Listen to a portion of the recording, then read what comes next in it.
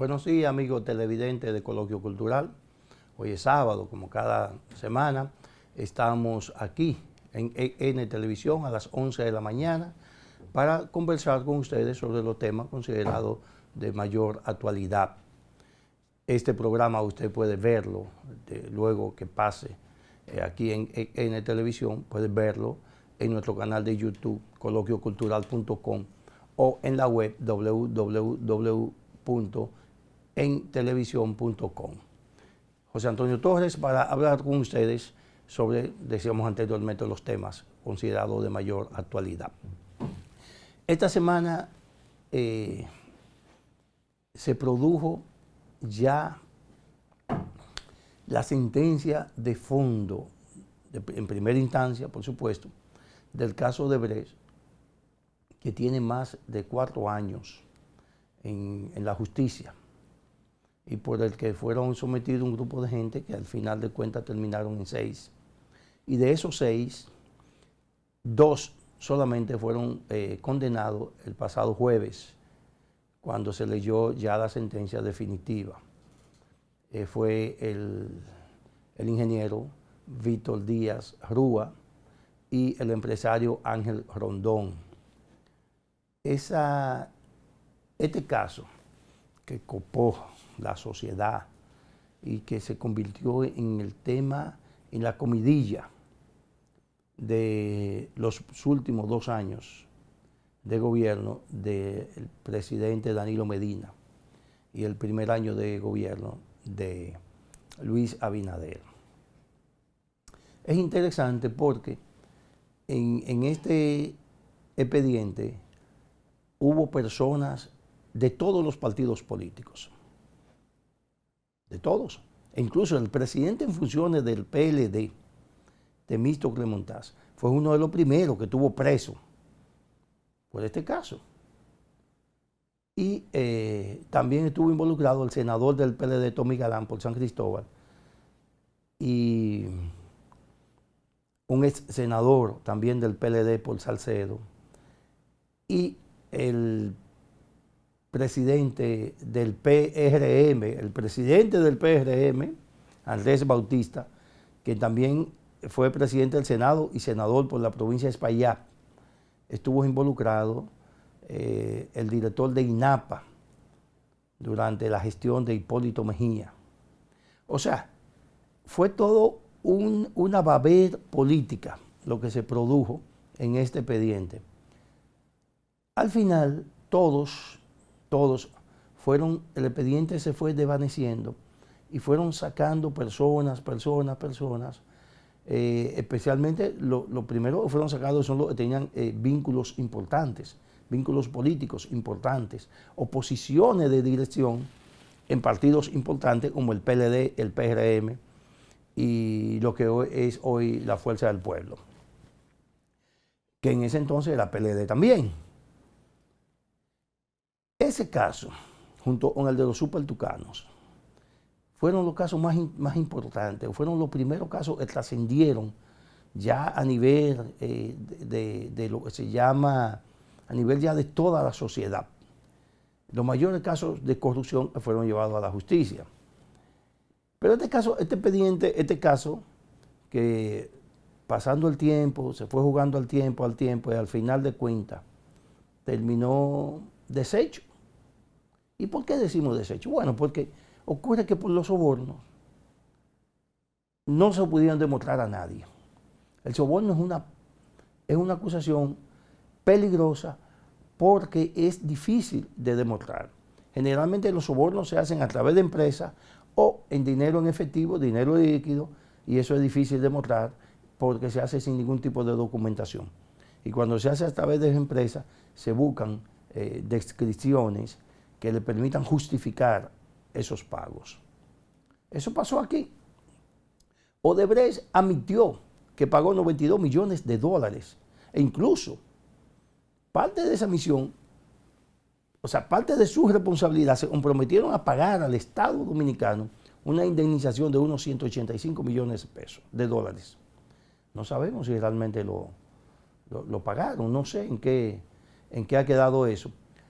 Pero sí sé que una parte de ese dinero que pagó Odebrecht se usó en la construcción de la nueva cárcel de La Victoria, que el gobierno pasado la dejó ya a punto de mate, y no sé por qué no la han usado o qué le falta. Si le falta, la Procuraduría no ha dicho nada de lo que le falta. Entonces, eso hizo esa misión de los ejecutivos de Odebrecht, fue lo que motivó la acción pública, la acción del Ministerio Público en el país, porque el caso fue destapado en Estados Unidos. Fue en Estados Unidos que surgió el primer escándalo de Odebrecht, y ahí abarcó varios países de América Latina, y eso se llevó funcionarios del más alto nivel en toda la región. En República Dominicana no afectó a nadie. Fíjense, después de concluido el proceso, nadie fue acusado por sobornos. De los 6 sometidos en el expediente, los jueces que fallaron el pasado jueves determinaron que ninguno había recibido dinero de soborno. Ninguno. O sea, que no fue posible, que el Ministerio Público no fue posible demostrar al tribunal que esos 6 implicados habían recibido soborno. ¿Por qué? Bueno, por una razón sencilla, ahí está la sentencia. 4 de ellos fueron absueltos. 4 de ellos fueron absueltos. Tommy Galán, Rodríguez, el que estaba en INAPA, Andrés Bautista y Conrado Pitaluga. Esos 4, Conrado Pitaluga es yerno de Víctor Díaz Rúas, y que se dice que era quien manejaba el dinero, y fue a través de él el dinero del soborno llegó. Bueno, pero está bien, está fuera del expediente, ya fue absuelto. Entonces, los jueces condenan a 5 años a Víctor Díaz Rúas. ¿Pero por qué lo condenan? Lo condenan por enriquecimiento ilícito y lavado de activos. O sea, no lo condenan por recibir sobornos, porque Díaz Rúas era el ministro de Obras Públicas, fue primero director de INAPA y después ministro de Obras Públicas en el gobierno de Leonel Fernández, que fue cuando se hizo la mayor distribución de ese dinero de los sobornos.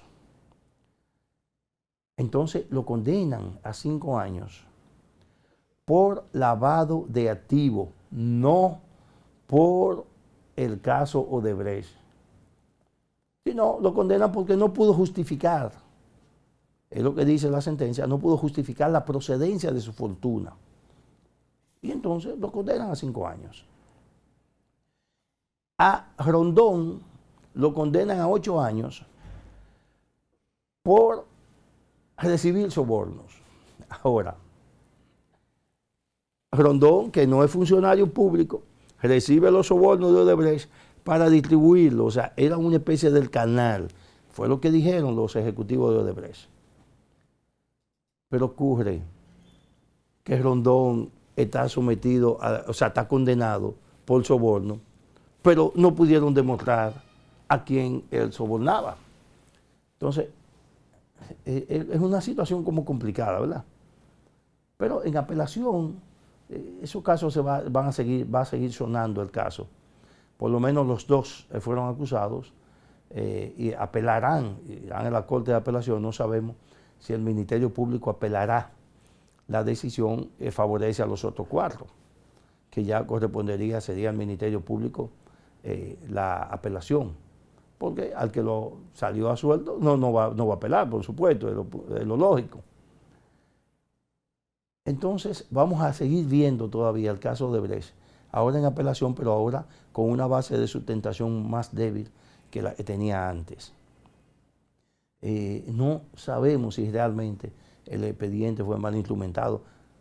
Miriam Germán, que fue parte de la Cámara Penal de la Suprema Corte de Justicia, conoció el caso en primera instancia. Él conoció el caso, no en primera instancia se conoció ahora, pero sí conoció el caso cuando se le presentó a la Suprema Corte de Justicia, porque habían funcionarios con jurisdicción privilegiada y por eso comenzó ahí a conocerse el expediente.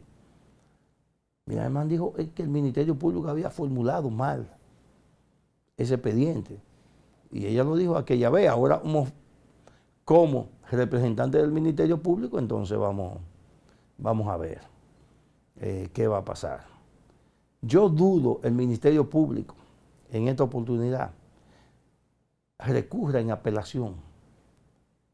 La sentencia favorece a los 4 que fueron descargados. ¿Y por qué? Bueno, porque ahí hay gente importante. Ahí está el presidente en funciones del PRM, que lo dejaron libre. O sea, quien fue presidente del PRM durante su primer periodo de formación. Entonces, lo van ahora a involucrar de nuevo, por más independiente que sea la justicia, lo dudo. Lo dudo. Como sé también, me atrevo a adelantar, de que esos dos que fueron condenados ahora en primera instancia pudieran salir libres en apelación.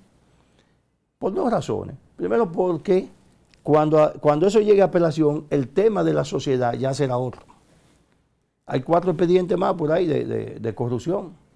Está el expediente Medusa, el Antipulpo, y ahora el expediente de narcotraficantes de la Operación Falcón. O sea, esos expedientes son lo que se van a convertir en los temas mediáticos y aquí la justicia actúa por la presión de la sociedad. Y la sociedad ya no está pendiente de Odebrecht, mucho menos después de esta sentencia la gente se olvida de eso. Y ahí entonces vienen las decisiones de la Corte de Apelación que va a venir, seguro.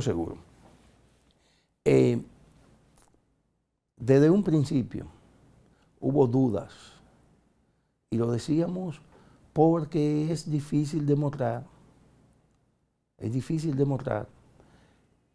cuando una persona recibe soborno. Eso es difícil, a menos que una de las partes lo delate, y aún delatándolo hay que demostrarlo, porque en el caso de Odebrecht fue los ejecutivos de esa empresa brasileña quienes delataron a los que estaban, a los que habían recibido el soborno. Fueron ellos. Sin embargo, y el mismo Temo Montaz admitió que recibió dinero eso para la campaña.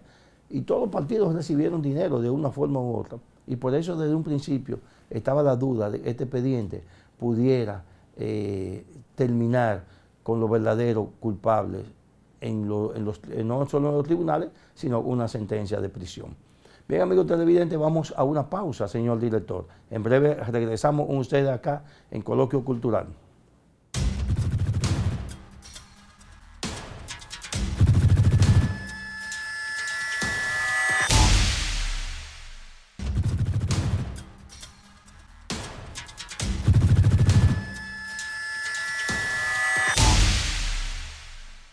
Bien, ya de regreso de nuevo aquí con ustedes.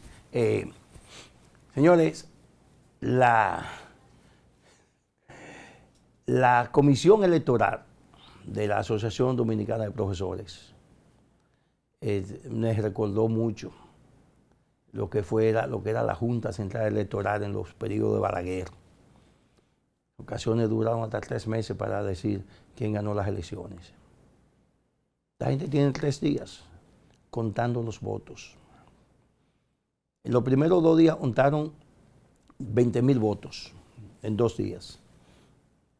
O sea, un conteo lento.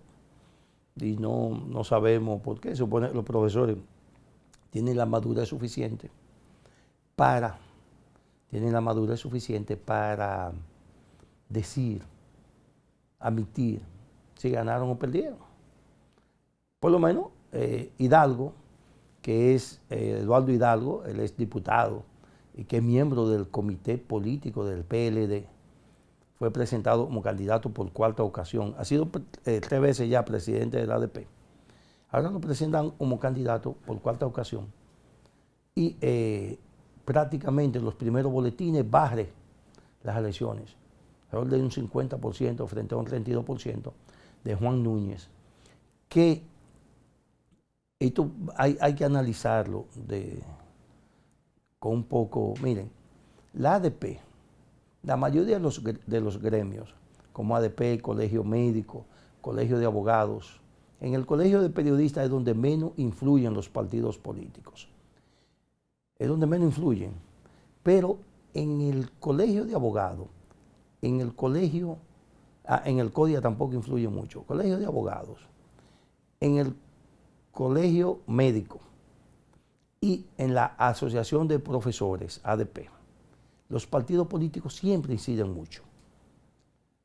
Y a veces se miden hasta como termómetro para ver cómo está la situación de tal o cual partido, tal o cual gobierno. La realidad es que el candidato del PRM, Juan Núñez, que acudió aliado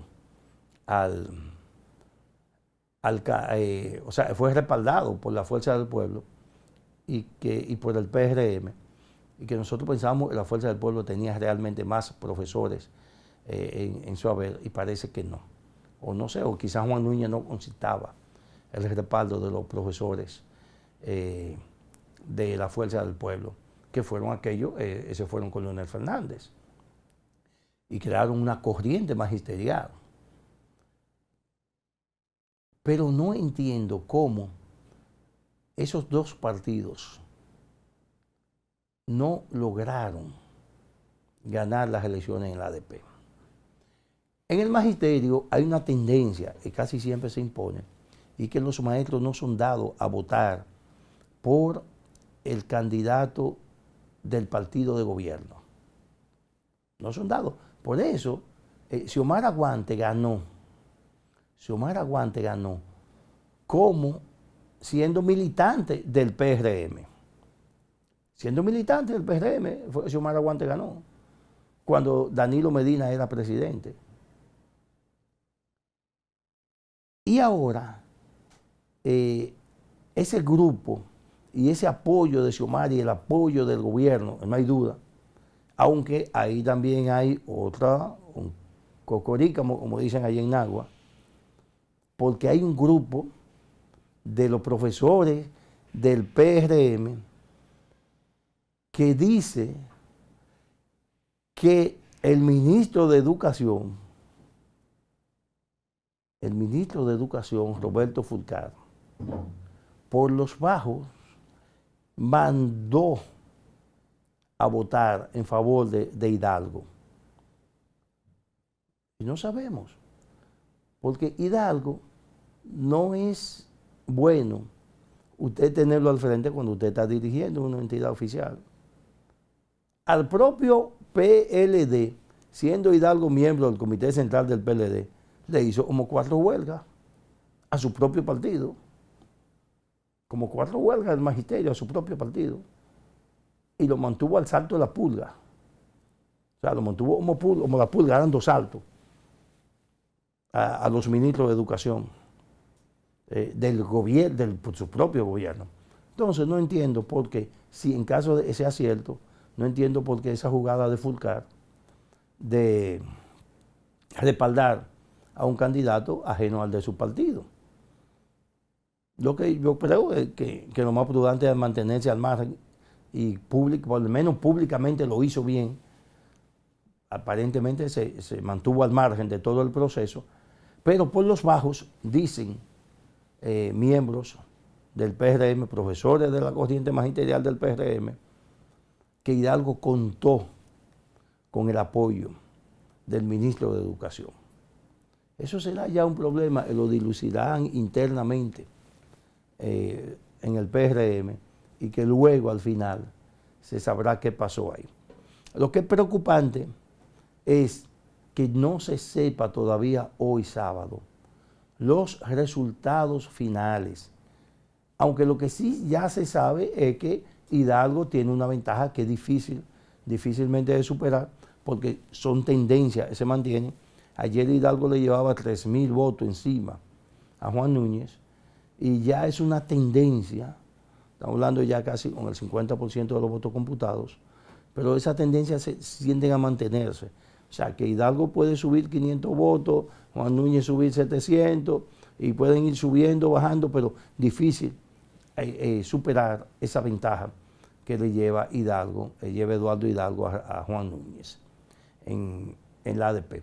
Ojalá que por lo menos en las próximas horas ya se reconozca quién ganó y que los perdedores reconozcan la victoria del ganador y que comiencen a trabajar, porque el magisterio ahora necesita, no es una época de conflicto, o sea, que se vayan sacando eso en la cabeza, especialmente ese equipo de Hidalgo, es un equipo muy aguerrido, pero que se saquen de la cabeza, estas no son las condiciones para estar suspendiendo docencia ni retrasando el proceso de enseñanza-aprendizaje.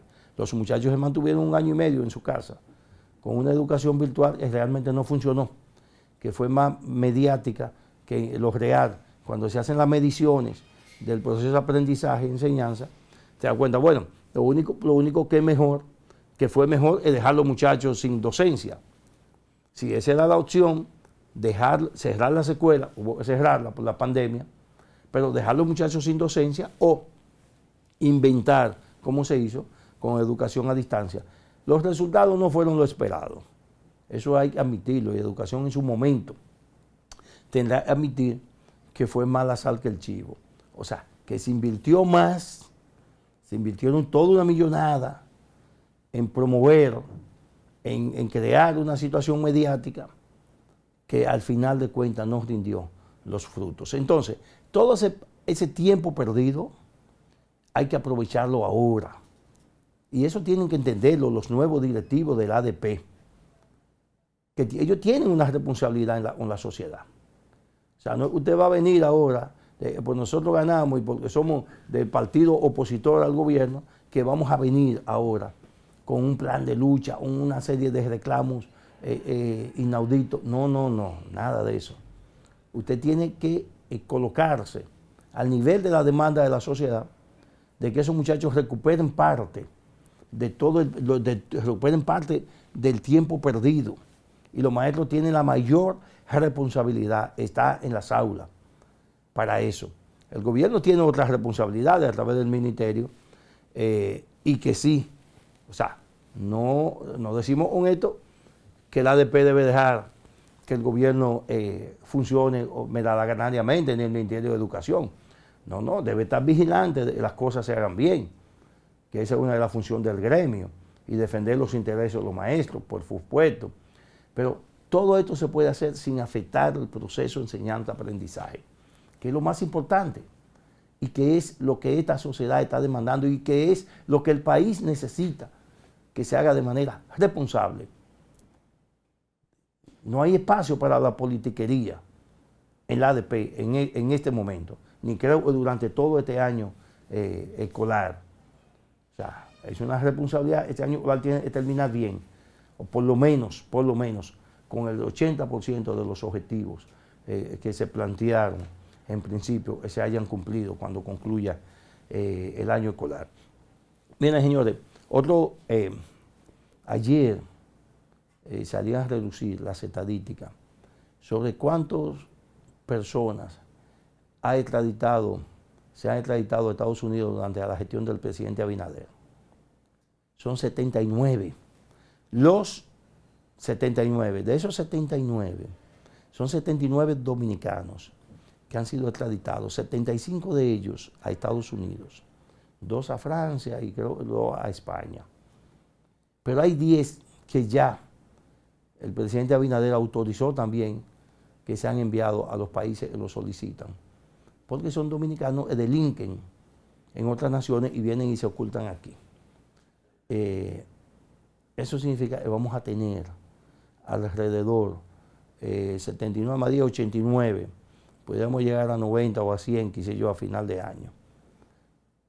Eso te dice que el presidente Abinader no está dispuesto a apañar ninguna de estas acciones de los dominicanos en el extranjero. Pudiera ser una, o también esa pudiera ser una lectura, o la otra lectura pudiera ser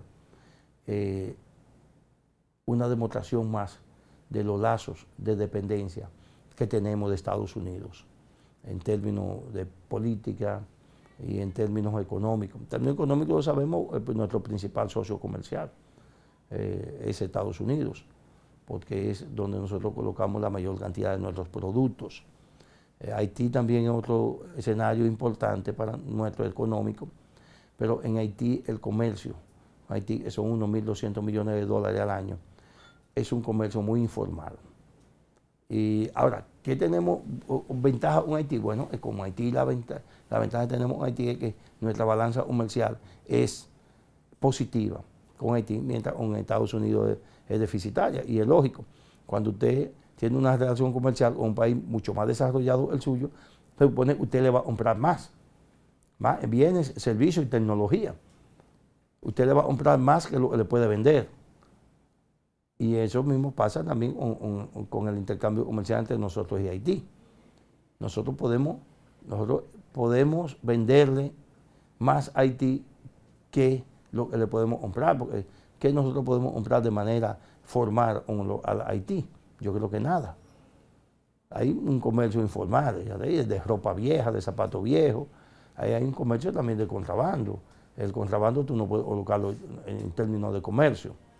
Pero la realidad es que esa es la situación y que ojalá que estas acciones del presidente Abinader no sean de sumisión, o sea, no sea de sumisión ante el gobierno de Estados Unidos, sino que sea parte de una política de no apañar las malas acciones de dominicanos en el extranjero, en el exterior. Bien, amigos televidentes, vamos a otra pausa y en breve estamos aquí ya para la parte final de Coloquio Cultural.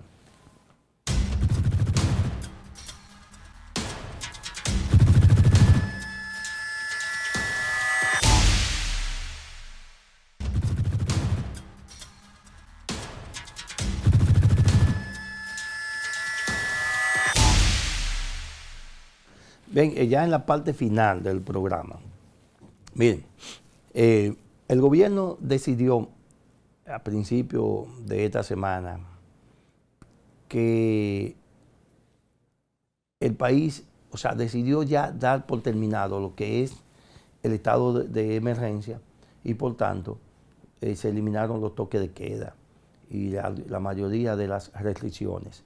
Hasta ahora solo existen las restricciones del uso de mascarilla, que eso va a permanecer durante mucho tiempo. O sea, la obligatoriedad al uso de la mascarilla. Pero también, a partir del lunes, entra en vigencia la resolución de salud pública, que obliga a las personas que vayan a escuelas, universidades, centros de diversión, transporte masivo, tener su tarjeta de vacuna. No es que la policía, y eso se aclaró desde el principio, no es que la policía va a salir por la calle a preguntarle a la gente, déjame su tarjeta, como se hacía antes con la cédula. No, pero sí en lugares públicos. La seguridad de esos lugares podrá pedirle a la gente, muéstrame su tarjeta de vacuna. Salud Pública dice lo van a hacer de manera aleatoria y por supuesto tienen que ser de manera aleatoria porque no hay forma de tú agarrar, controlar a todo el mundo. Eso ha provocado largas filas en los centros de vacunación. Pero también nos llama a hacer una reflexión.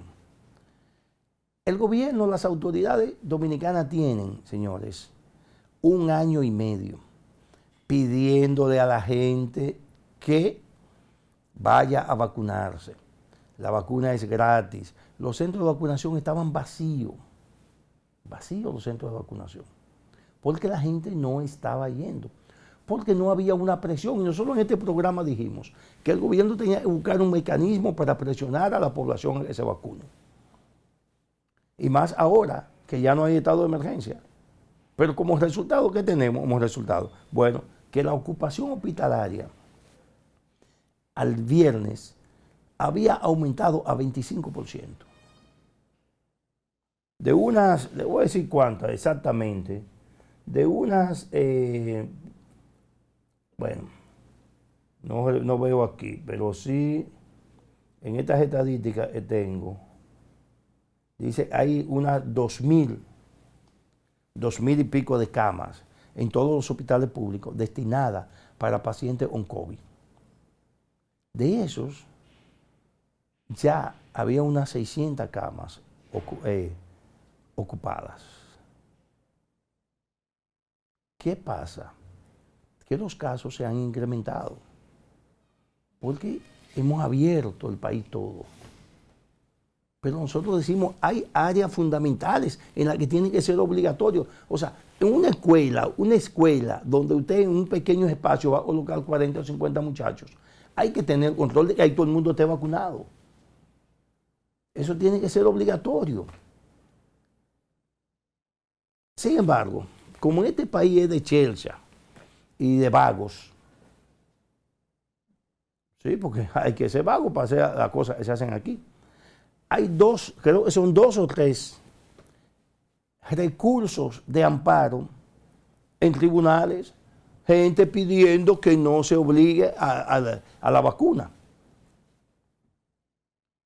porque eso afecta a su derecho constitucional. No. La Constitución de la República es clara y dice el gobierno, la responsabilidad del gobierno es preocuparse y mantener el nivel de salud, la salubridad de la población. El gobierno tiene la responsabilidad. Y la ley de salud pública, la ley orgánica de salud pública, establece también la responsabilidad del gobierno en los casos de la salud de la población. Bueno, ¿y es la vacunación? ¿Es la vacuna una de esas responsabilidades? Sí, porque para usted garantizar la salud de una población, usted tiene que garantizar la vacunación de la gente. Entonces, con eso no hay una violación de derecho constitucional. No, y que aleguen lo que aleguen. Pero hay cosas que tienen que ser así, que no hay de otra. Bueno, vamos a abrir la temporada de béisbol dentro de un par de semanas. Oye, para entrar a un play se van a meter 20.000 gente, 15.000 gente, señores. Hay que obligar, tienen que tener su tarjeta de vacuna. Usted no puede meter en un espacio tan abierto, en un espacio con tanta gente, uno encima de otro prácticamente, sin tener control de salud. Entonces eso en los estadios hay que obligarlo, el gobierno debe insistir en eso. De que todo el mundo, así como se muestra la boleta para entrar, que junto a la boleta muestre su tarjeta de vacuna. Porque no hay de otra de parar de esta epidemia. Que no sea que la gente se vacune. Y la gente tiene que vacunarse a las buenas o a las malas. Pero hay que vacunar a la población. Aquí tenemos provincias que todavía tienen menos del 50% de su población vacunada. O sea, que el otro 50% está en riesgo de contraer la enfermedad. Y aún los vacunados la pueden contraer. ¿Cuál es la diferencia entre tener COVID con vacuna y tener COVID sin vacuna? La diferencia es que cuando usted tiene COVID, si a usted le da COVID y tiene la vacuna, usted nunca va a caer en una situación de riesgo de muerte. Nunca va a entrar a una sala UCI, o sea, a una unidad de cuidados intensivos. Eso nunca va a pasar. Para eso pase, usted no debe tener una persona que no ha tenido inoculada, que no haya tenido ningún tipo de vacuna. Si tiene las 2 vacunas, es difícil que usted pueda morir de COVID. Los epidemiólogos han hablado de eso, han hablado hasta la saciedad de ese tema y de los riesgos implica tenerla o no. Lo mismo que una tercera dosis.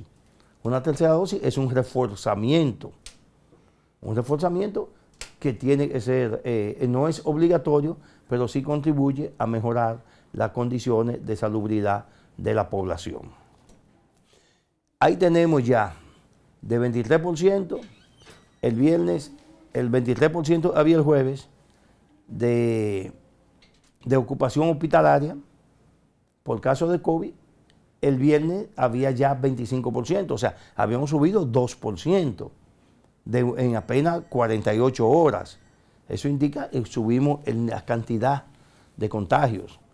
El viernes hubo 669 casos, entre 500 y pico, entre 5.000 pruebas que se hicieron. Bueno, eso te da una positividad de ¿cuánto? 13%, 13, 14%.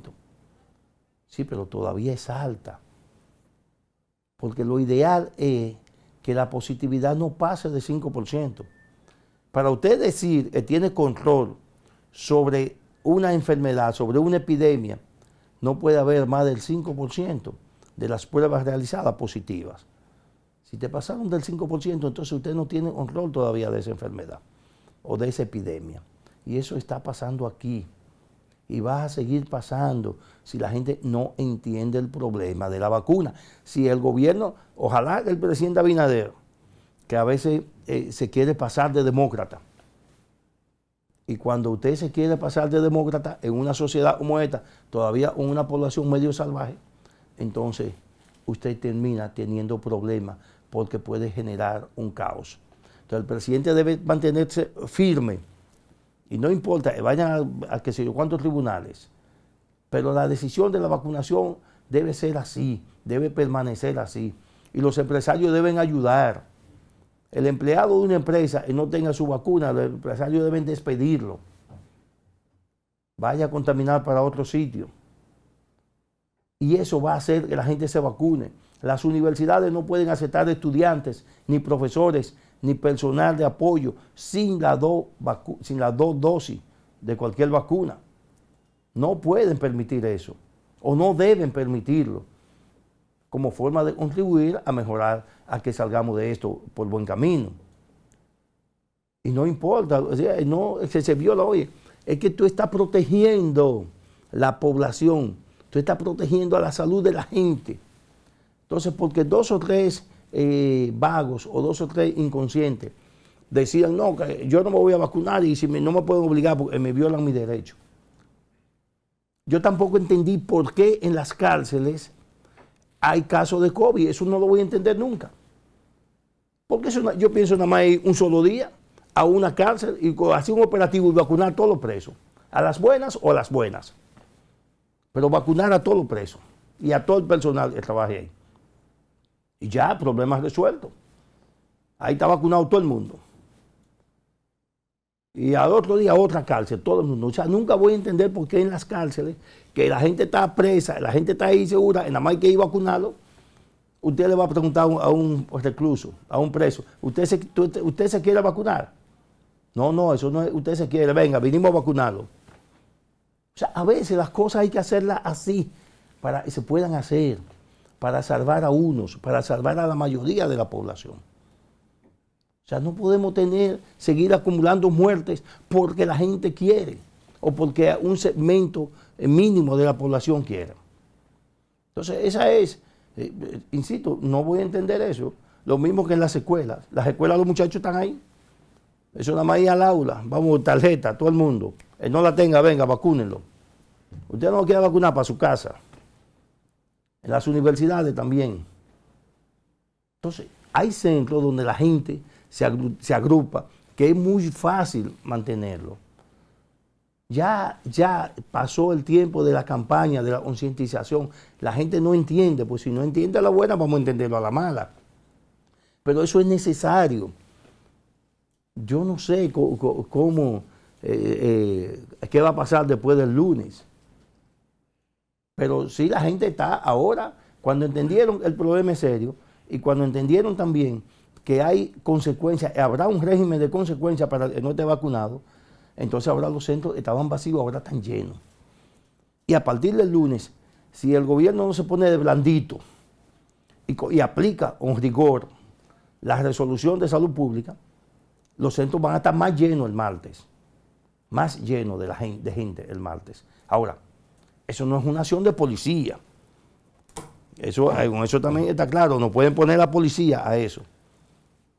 Eso es una acción del personal de seguridad de cada institución, de cada entidad, y la policía pudiera ser auxiliar en algunos casos, pero no asumir el protagonismo. Recuerden, en la policía que tenemos es muy difícil. La policía que tenemos pueda manejar situaciones de crisis. Lo han demostrado, siempre viven metiendo la pata y haciendo las cosas como no son. Bien, señores, llegamos ya al final de este programa Coloquio Cultural y será el próximo sábado cuando estemos aquí a las 11 de la mañana en EN Televisión. José Antonio Torres conversando con ustedes. No deje de vernos, no se mueva de ahí, continúa con la programación de EN Televisión. Buen provecho y buen día.